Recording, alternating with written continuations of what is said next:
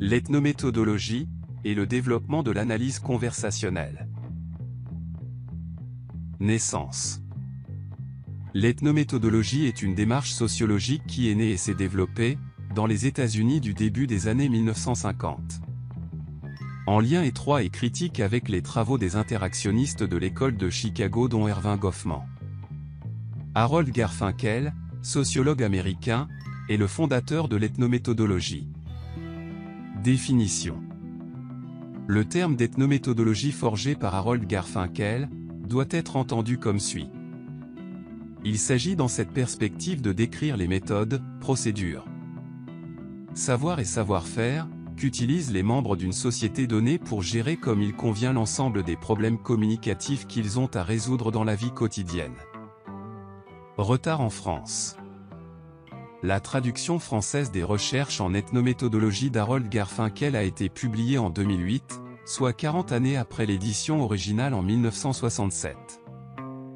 L'ethnométhodologie s'oppose à la sociologie de Durkheim. La première chose qui définit la démarche analytique de l'ethnométhodologie tient au fait qu'elle prend pour point de départ non pas la société, sa structure et ses inégalités mais un autre phénomène, l'action.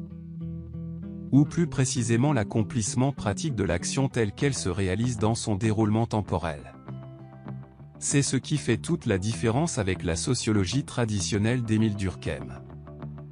Pour cette nouvelle sociologie, la réalité des phénomènes sociaux n'existe pas uniquement dans les tableaux statistiques des sociologues. Mais elle s'actualise à chaque instant de la vie quotidienne en se manifestant au cœur même des interactions entre individus.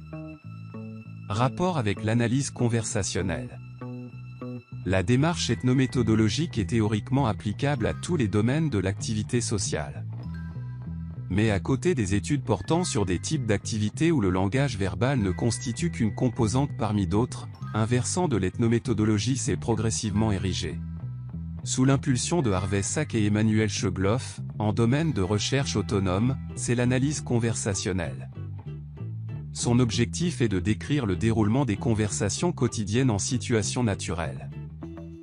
Les conversations apparaissent en effet comme un lieu privilégié d'observation des organisations sociales dans leur ensemble, dont elles ne sont qu'une forme particulière, et particulièrement exemplaire. On y voit comment les participants recourent à des techniques institutionnalisées pour effectuer en commun la gestion des différentes tâches qu'ils ont à accomplir, assurer l'alternance des tours de parole, réparer les éventuelles défaillances de l'échange communicatif, conduire un récit ou une description, mener à bien la négociation des thèmes, de l'ouverture et de clôture de l'échange, etc. Ce qui intéresse les tenants de l'analyse conversationnelle, c'est donc la technologie de la conversation, telle qu'elle peut être reconstituée à partir de l'observation minutieuse d'échantillons enregistrés. L'analyse conversationnelle constitue en quelque sorte le versant linguistique de l'ethnométhodologie, et la version ethnométhodologique de l'analyse des conversations. Concept. L'allant de soi n'est pas explicitement enseigné comme tel, il est naturellement transmis par la société dans les comportements normaux, socialement appropriés et reproduits. L'ethnométhodologie utilise un mot anglais pour le désigner, l'account.